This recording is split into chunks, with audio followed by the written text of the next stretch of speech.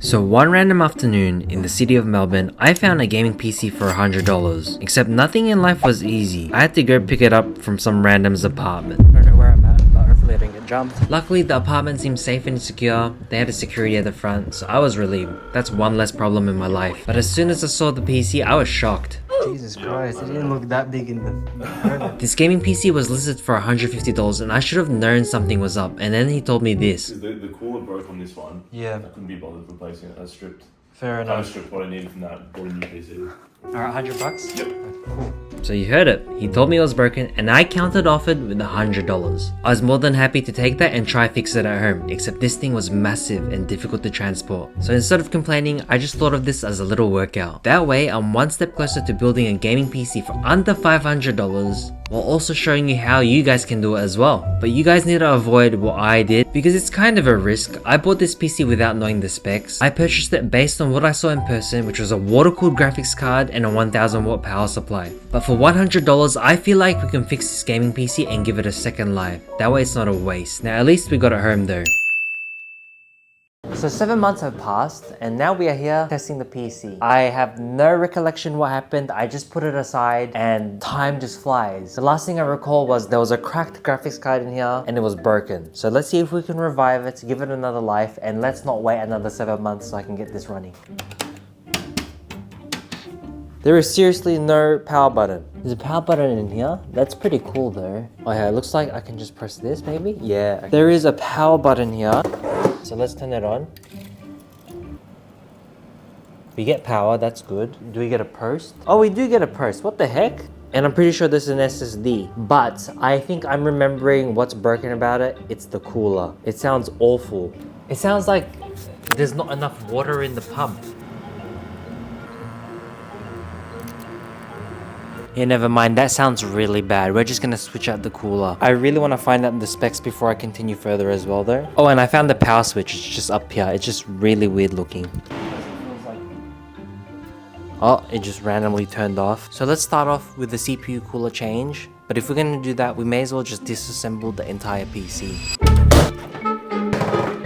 Problem, the case is so old I couldn't remove the radiator, so I had to Google it. I found it! It's the Corsair 900D, thank God. What? Bruh. We listen, we don't judge. I think I did. Oh my God, what the heck, did I break anything?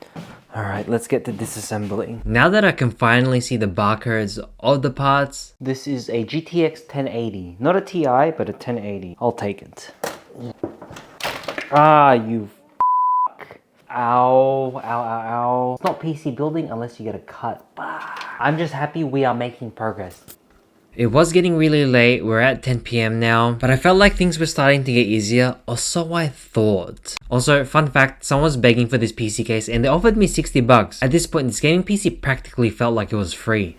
I'm getting really tired. It's like, what is it, 10:40 PM. Filming this is getting really exhausting, so we are going to be using these things. I then proceeded to clean my PC with my big boy blower, but the dust was embedded in the PC part. So guys, if your PC is secondhand and you just bought it, you can't skip this step. Having a lot of dust can slow your PC down since it will thermal throttle. The solution? Just brush away. Remove all the excess dust, and on top of this, I use wipes, and if I want to do it the proper way, I use isopropyl alcohol and microfiber cloth. Bonus points to you if you have a blower, it just makes life way easier. So after disassembling it, I was able to see the specs I have, and this is what we have so far. And I would say it's pretty good. We can make this work. All we need is a new case, a new cooler, and hopefully we don't have any more problems. Now someone was listening to my inner thoughts because... Okay, so here is the start of the show. Montech sent us a case. This is the HS01 and boy am I glad to have this here. The only thing I gotta figure out is how I'm gonna mount my cooler. Things are starting to come along because I had spare parts. Fun fact, this CPU cooler was on my personal build. My first impressions on this case, it's very unique. I say that because there's 2 slots at the rear for a fan. Haven't seen that in other PC cases. And also there's a lot of vents. Montech has maximized airflow for this PC case, which is really cool. But let's put the PC build together.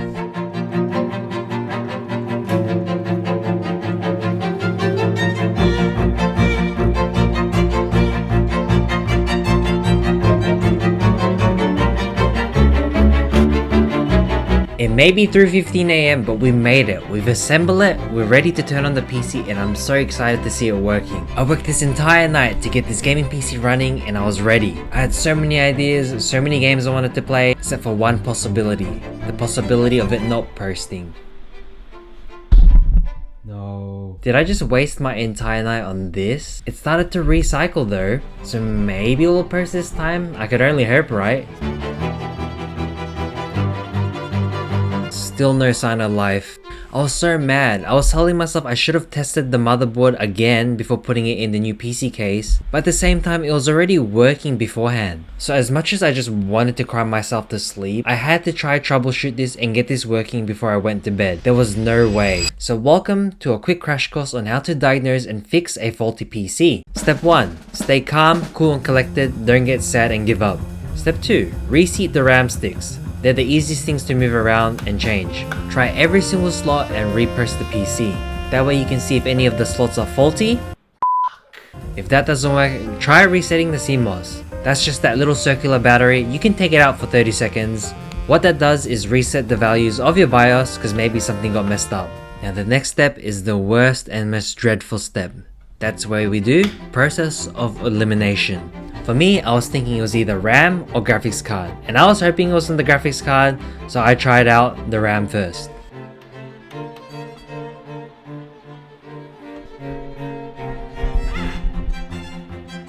And lucky for us, we found it. The issue was one of the RAM sticks. One was broken and one was working, so we got a post. It's 3:42 AM. I'm going to sleep. I'm gonna get some shut-eye. I'm just happy this is gonna work even with just one RAM stick. We'll leave this for day 2. Now I'm pretty sure this RAM stick is broken, like it's actually cooked and it was stopping my PC to boot. I might have some spare DDR3 RAM lying around. Hopefully it's a 16 gig kit, that way we can finish up this build. I think this is my lucky day. I just found some DDR3 RAM. We're gonna test it out and hope for the best.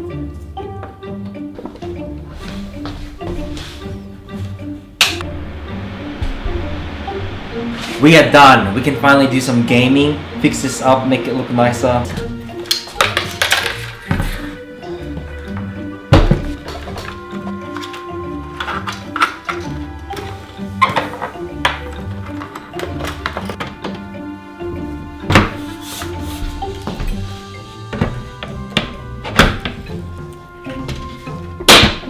The next day is always easier. Do not give up. Oh my god, I'm happy that it's done. I can't believe this just started with $100 worth of PC parts and we were able to transfer it into something that looks really awesome. This PC case gives it a whole new different finish. Let's see how it runs games in 2025.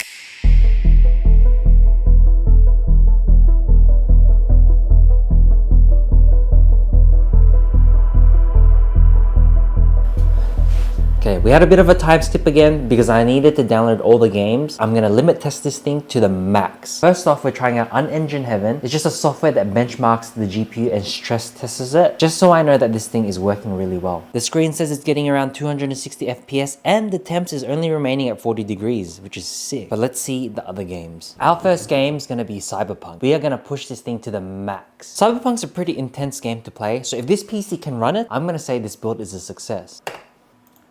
I am getting 70 FPS. What are my settings right now? It looks like the settings are on a mixture of low and medium, and I'm on 1080p. We're at a stable 60 to 80 FPS, which is insane. We're gonna play for another 30 minutes and see if it's stable. I actually played for a little while and I was so surprised on how stable this was. I cannot believe this can run a AAA game. All that hard work was worth it. Next test, GTA 5. So the graphic presets are on high currently. That is 163 FPS. Getting this GTX 1080 for $100 is what's carrying this build. At this rate, having all the games that I own costs more than the actual PC. Not a single stutter yet, stable 160 FPS. Give me the cash, give me the money. I was getting really paranoid because there was no problem yet.